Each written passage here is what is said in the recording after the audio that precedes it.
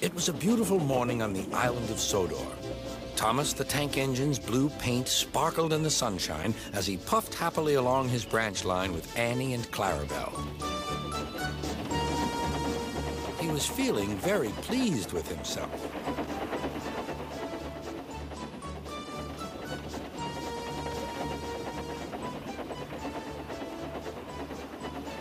"Hello, Thomas," whistled Percy. "You look splendid." "Yes, indeed," boasted Thomas. "Blue is the only proper color for an engine." "Oh, I don't know. I like my brown paint," said Toby. "I've always been green. I wouldn't want to be any other color either," added Percy. "Well, well, anyway," huffed Thomas, "blue is the only color for a really useful engine. Everyone knows that." Percy said no more. He just grinned at Toby. Later, Thomas was resting when Percy arrived. A large hopper was loading his freight cars full of coal. Thomas was still being cheeky. "Careful," he warned. "Watch out with those silly cars." Go on," muttered the cars. "And by the way," went on Thomas, "those buffers don't look very safe to me." The last load poured down. "Help!" cried Thomas. "Get me out!" Percy was worried, but he couldn't help laughing. Thomas's smart blue paint was covered in coal dust from smokebox to bunker.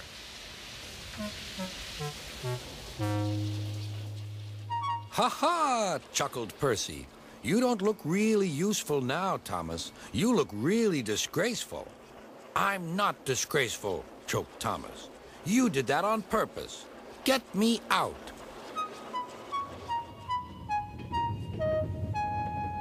It took so long to clean Thomas that he wasn't in time for his next train.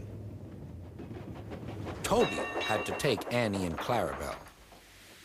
"Poor Thomas," whispered Annie to Clarabelle. They were most upset.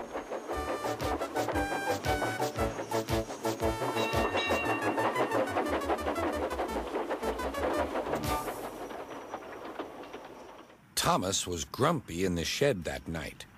Toby thought it a great joke, but Percy was cross with Thomas for thinking he had made his paint dirty on purpose.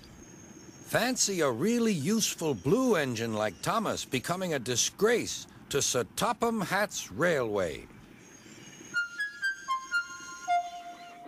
Next day, Thomas was feeling more cheerful as he watched Percy bring his cars from the junction. The cars were heavy and Percy was tired.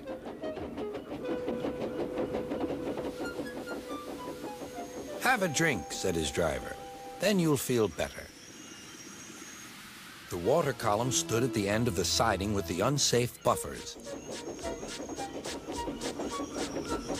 Suddenly, Percy found that he couldn't stop. The buffers didn't stop him either. "Oh!" wailed Percy. "Help!" The buffers were broken, and Percy was wheel-deep in coal.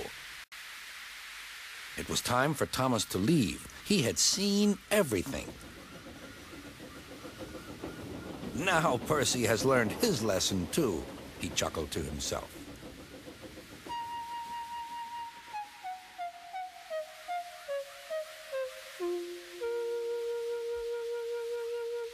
That night, the two engines made up their quarrel. "I didn't cause your accident on purpose, Thomas," whispered Percy. "You do know that, don't you?" "Of course," replied Thomas, "and I'm sorry I teased you. Your green paint looks splendid again, too. In future, we'll both be more careful of coal."